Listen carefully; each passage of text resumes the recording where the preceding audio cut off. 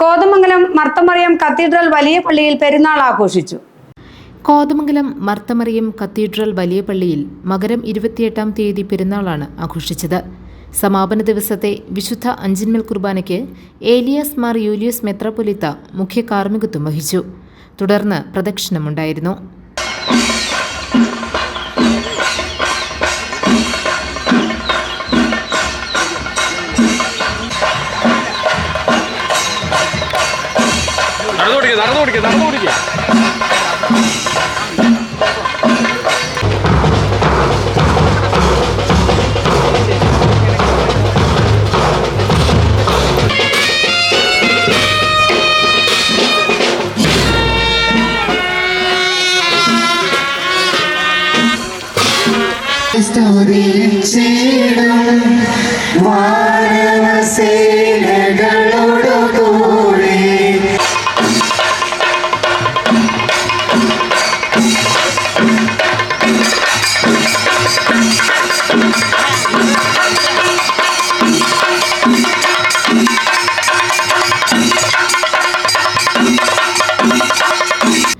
പ്രദക്ഷിണത്തിനു ശേഷം നേർച്ച സദ്യയോടെ പെരുന്നാളിന് കൊടിയിറങ്ങി.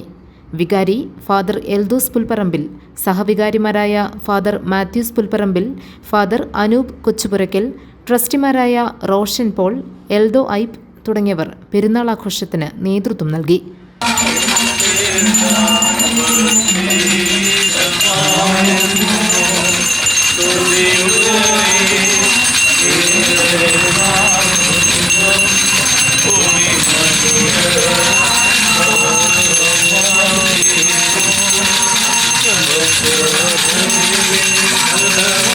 GTV news.